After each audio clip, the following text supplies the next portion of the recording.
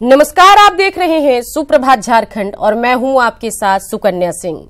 CM रघुवर दास ने बतौर वित्त मंत्री लगातार झारखंड का 5वां बजट मंगलवार को सदन में पेश किया। झारखंड के इतिहास में ऐसा करने वाले वो पहले मुख्यमंत्री बने। रघुवर सरकार ने बजट में किसानों की बेहतरी पर विशेष जोर दिया। बजट पर राज्य भर की निगाहें टिकी थी। लोगों को अपने अपने इलाके की समस्याओं से निजात पाने की उम्मीद थी। ऐसे में आइए देखते हैं कि रघुवर दास के पिटारे में से किस जिले को क्या मिला।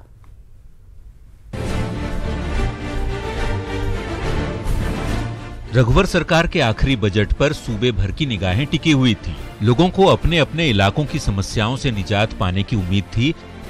ऐसे में आइए देखते हैं कि रघुवर दास के पिटारे में से किस जिले को क्या मिला। सबसे पहले रांची की बात करते हैं। मोरहाबादी में विकास और सौंदर्यीकरण का प्रस्ताव, वार्ड विकास केंद्र की स्थापना, पूरे शहर को सीसीटीवी से लैस करने की भी योजना। धनबाद में अर्बन हाट का निर्माण, इंटरस्टेट टर्मिनल और ट्रांसपोर्ट नगर के निर्माण की घोषणा, पूरे शहर को सीसीटीवी से लैस करने की भी योजना। विनोद बिहारी महतो विश्वविद्यालय का परिसर निर्माण कार्य शुरू होगा। रामगढ़ में अगले शैक्षणिक सत्र से नवोदय विद्यालय की स्थापना, अर्बन हाट का निर्माण, कोडरमा हजारीबाग बरकाकाना रूट पर रेल परिचालन शुरू। देवघर में इंटरस्टेट टर्मिनल बस और ट्रांसपोर्ट नगर की घोषणा। देवघर हवाई अड्डे के लिए भी 653.75 एकड़ भूमि का आवंटन। देवघर दुमका रूट का परिचालन, प्रेस भवन की स्थापना, अर्बन हाट का निर्माण। कोडरमा तिलैया रेल रूट के निर्माण के लिए सर्वे शुरू। कोडरमा नवाडीह कावर रूट पर रेल सेवा शुरू। कोडरमा हजारीबाग बरकाकाना रूट पर रेल परिचालन शुरू। गोड्डा हसदिया रेल रूट के निर्माण के लिए सर्वे का काम शुरू। गोड्डा में कृषि विश्वविद्यालय की स्थापना। जमशेदपुर महिला कॉलेज को विश्वविद्यालय बनाने की घोषणा। प्रेस भवन की स्थापना। सरायकेला जिले के छऊ महोत्सव को राजकीय महोत्सव का दर्जा। बोकारो के लुगुबुरु को राजकीय महोत्सव का दर्जा देने का ऐलान।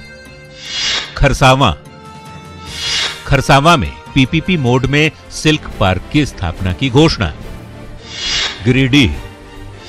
गिरिडीह में डेयरी प्लांट की स्थापना। कावर गिरिडीह रूट पर इसी वित्तीय साल में रेल सेवा शुरू करने का लक्ष्य। सिमडेगा में फूलों की खेती को बढ़ावा देने की घोषणा। साहेबगंज में कृषि महाविद्यालय की स्थापना। चाईबासा में प्रेस भवन की स्थापना। पलामू में केंद्रीय विद्यालय की स्थापना। कुल मिलाकर झारखंड के 24 जिलों में 15 जिलों को कुछ न कुछ मिला। बाकी जिलावासियों की उम्मीदों पर बजट के फुहारे नहीं पड़े। Bureau report, news 18। रांची के पुराने जेल परिसर को बिरसा मुंडा संग्रहालय के तौर पर विकसित किया जा रहा है, जहां भगवान बिरसा मुंडा की सबसे बड़ी प्रतिमा स्थापित की जाएगी। झारखंड के बाकी वीर सपूतों की भी प्रतिमा बनाई जाएगी। इसे लेकर राज्य भर के सरना स्थल से पवित्र मिट्टी इकट्ठा की गई है। पूरे झारखंड के सरना स्थल से संग्रहित मिट्टी को लेकर बीजेपी कार्यकर्ता पुराना जेल परिसर पहुंचेंगी। 9 जनवरी से शुरू हुए इस अभियान का समापन समारोह आज 12 बजे से शुरू होगा। कार्यक्रम में सीएम रघुवर दास समेत कई नेता मौजूद रहेंगे। चलिए सीधा रुख करते हैं रांची का, जहां से हमारे संवाददाता अजय लाल हमारे साथ सीधे जुड़ गए हैं। अजय, आज का दिन भी बेहद अहम है क्योंकि आज बिरसा मुंडा संग्रहालय के तौर पर इसे विकसित किया जाना है और आज जो मिट्टी लाने की प्रक्रिया थी उस कार्यक्रम का आज समापन होगा। 12 बजे से कार्यक्रम की शुरुआत होगी, मुख्यमंत्री भी आएंगे। क्या कुछ लग रहा है, क्या कुछ तैयारी है कार्यक्रम को लेकर, बताइए।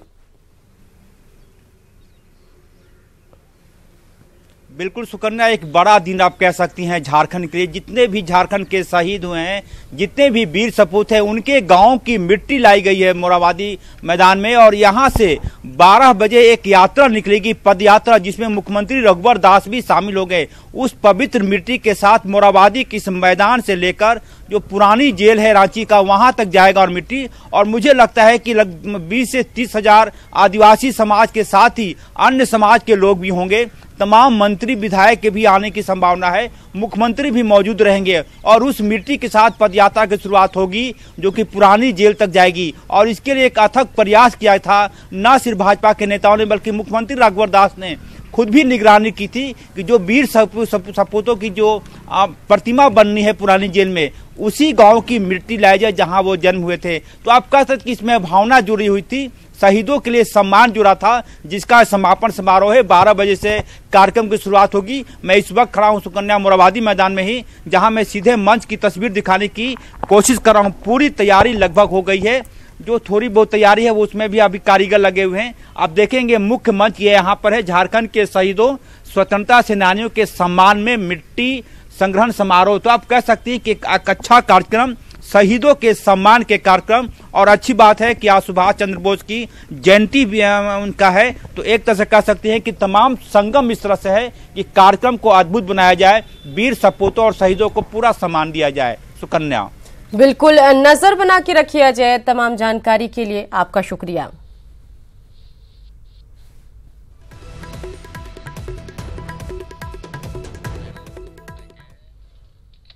सोशल साइट्स पर लोगों का डाटा लीक करने का मामला तो आपने खूब सुना होगा, लेकिन रांची में लोगों की जानकारी ठोंगे के जरिए बांटी जा रही है। पूरा मामला क्या है, आइए इस रिपोर्ट में देख लेते हैं।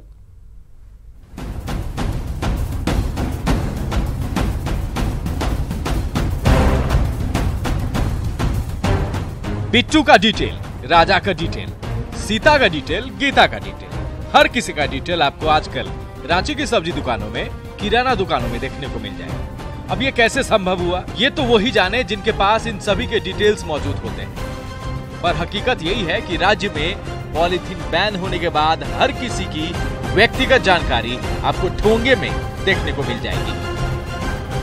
सुबह सब्जी दुकान से सब्जी लिया था, तो उसमें ठोंगे में मैंने देखा कि फोटो लगा हुआ है। तो मैंने जब सब्जी निकाला, उसके बाद मैंने इसको डिटेल से देखा, तो ये देखा कि ये वोटर आईडी का जो फॉर्म भरा था वो है, या इसमें सारा डिटेल डाला हुआ लड़की का।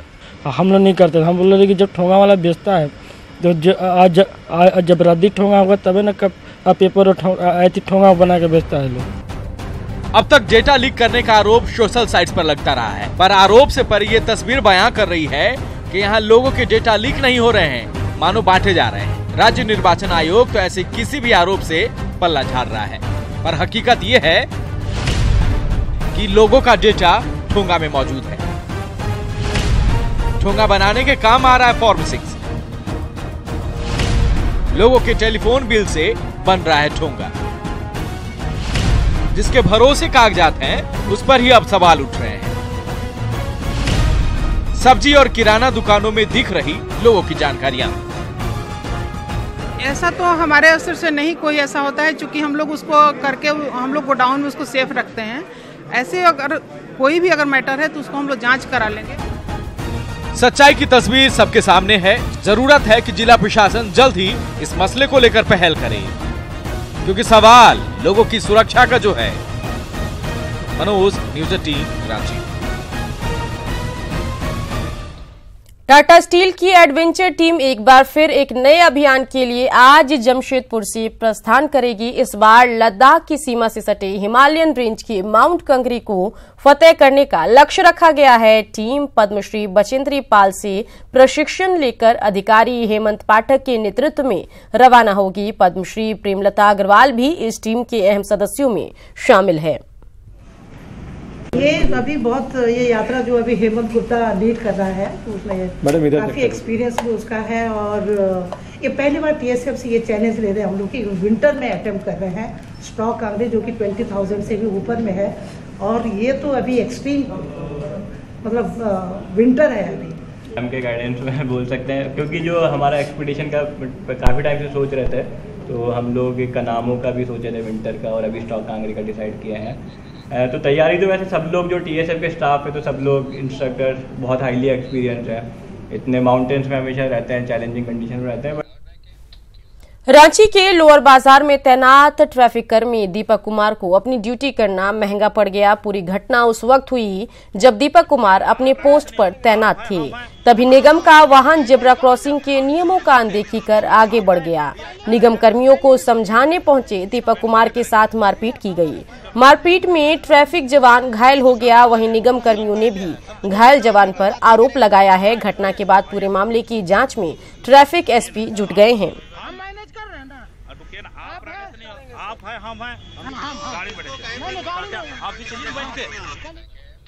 मंगलवार को पश्चिम सिंहभूम के तांतनगर OP में 9 साल के एक मासूम की गला रेत कर हत्या कर दी गई। मामला बड़ा पोखरिया गांव का है, जहां 9 साल के बच्चे की गला रेत कर हत्या करने के बाद शव को खेत में फेंक दिया गया। लोगों का कहना है कि मृत मासूम को अंतिम बार रविवार को गांव में ही एक श्राद्ध कार्यक्रम में देखा गया था। पुलिस मामले की जांच में जुटी है।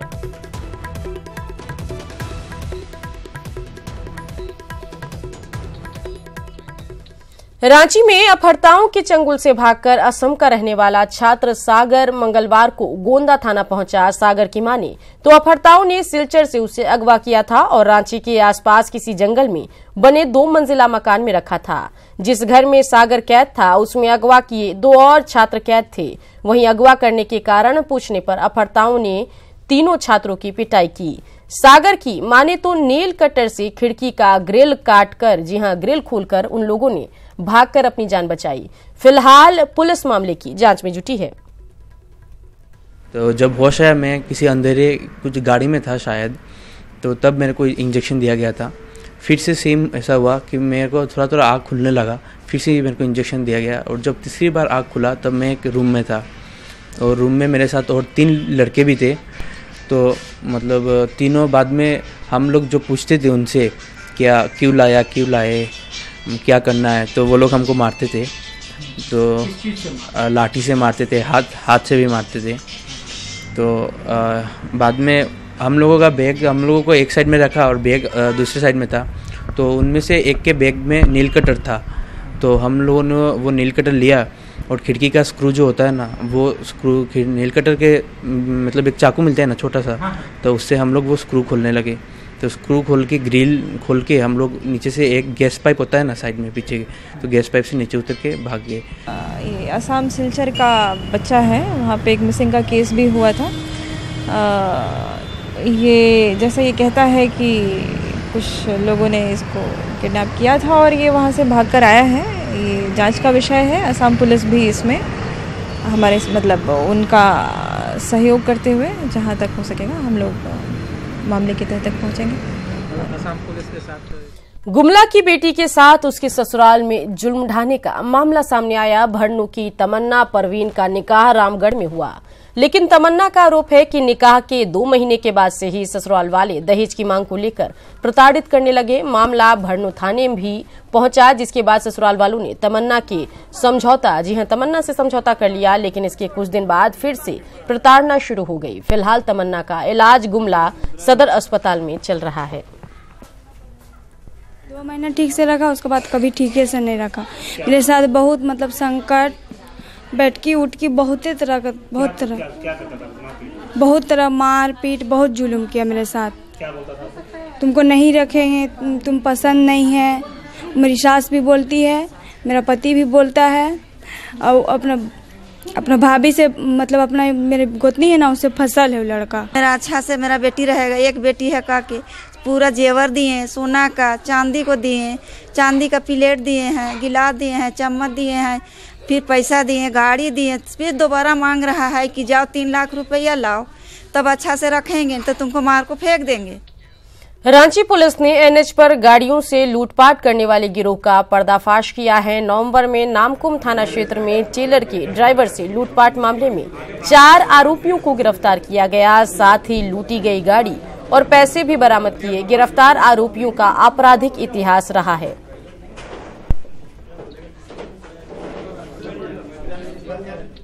अहम खबर धनबाद से आ रही है, जहां अपराधियों ने 6 राउंड फायरिंग की है। बाल बाल बचे नवनिर्माण संघ के नेता वेद प्रकाश ओझा।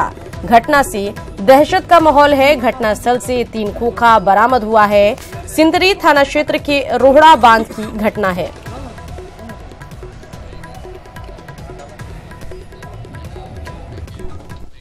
कभी नक्सल प्रभावित इलाके के रूप में कुख्यात गुमला जिला धीरे धीरे नक्सल मुक्त होता जा रहा है। ये दावा किया है जिले के एसपी अश्विनी कुमार सिन्हा ने। एसपी की माने तो याकूब केरकेटा सहित कई नक्सलियों को पुलिस ने गिरफ्तार कर जेल भेज दिया। साथ ही कई नक्सलियों को मार गिराने में भी सफलता हासिल की। एसपी अश्विनी कुमार ने कहा, पुलिस द्वारा नक्सलियों और अपराधियों के खिलाफ की गई कार्रवाई का ही परिणाम है कि जिले में विकास योजनाएं सुचारू रूप से चल रही हैं। इसके साथ ही पुलिस कप्तान ने लोगों से युवा पीढ़ी को भटकाव से रोकने के लिए काम करने की भी अपील की। वर्ष 2018 सामान्यता उपलब्धि का वर्ष रहा है और भाकपा माओवादियों और पीएलएफआई के विरुद्ध में काफ़ी सफलता प्राप्त हुई है, जिसमें याकूब करकेटा, कृष्णा गोप, इन सब के विरुद्ध में सफलता मिलना गुमला पुलिस की सफलता का परिचायक है। इसके साथ में ही डी ग्रुप या देवनारायण ग्रुप के विरुद्ध में भी काफ़ी सफलता मिली है और हाल के दिनों में बोकारो में अपने मासूम बेटे की हत्या की आरोपी मां समेत परिवार के 3 सदस्यों को उम्र कैद की सजा सुनाई गई है।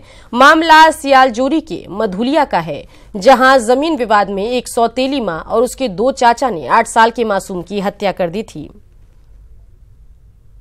जनार्दन सिंह अपर सत्र न्यायाधीश द्वितीय द्वारा फैसला सुनाया गया। इसमें अभियुक्त मुकेश महतो, बुलेट महतो और जिंगली देवी को हत्या के अपराध में दोषी पाते हुए आजीवन कारावास तथा जुर्माना की सजा की गई।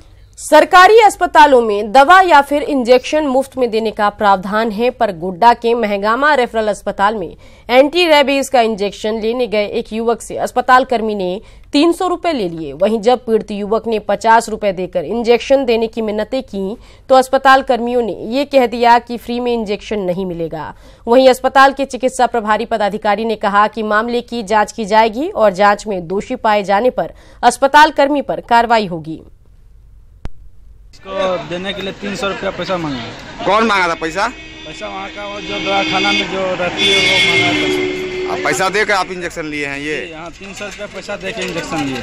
किसी भी दवाई में पैसे लेने का कोई प्रावधान नहीं है, 1 रुपया भी नहीं लेना है। और यदि किसी ने ऐसा किया है तो उसकी जांच कर कार्रवाई करेंगे।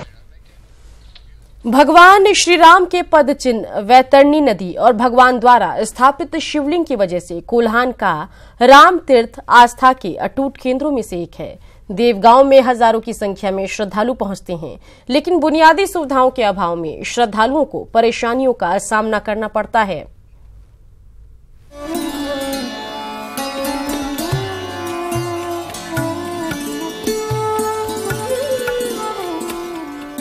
पश्चिमी सिंहभूम के जगन्नाथपुर प्रखंड का देवगांव भगवान श्री राम की शरण स्थली रहा है। जानकारों की माने तो त्रेता युग में भगवान श्री राम वनवास के दौरान लक्ष्मण और सीता के साथ यहीं रुके थे और आज भी भगवान राम के पद चिन्ह यहाँ मौजूद है।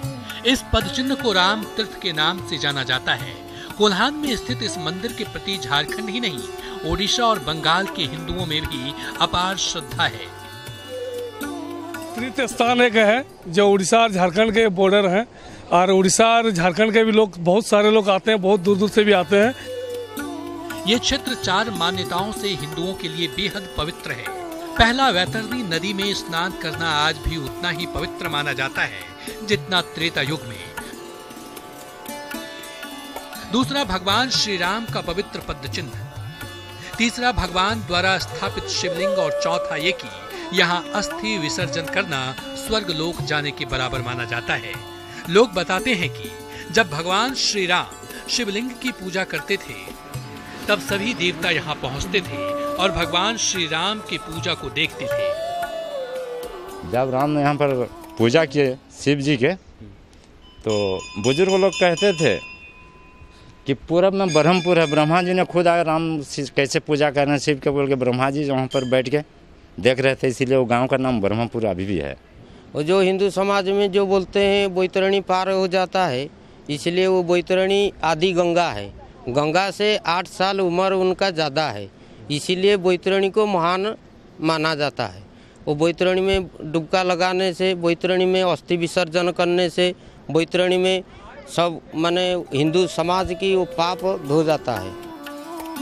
राम तीर्थ पर श्रद्धालुओं की अटूट आस्था है और यहाँ हजारों श्रद्धालु रोजाना आते हैं, लेकिन श्रद्धालुओं को यहाँ बुनियादी सुविधाओं के न होने से परेशानियों का सामना करना पड़ता है।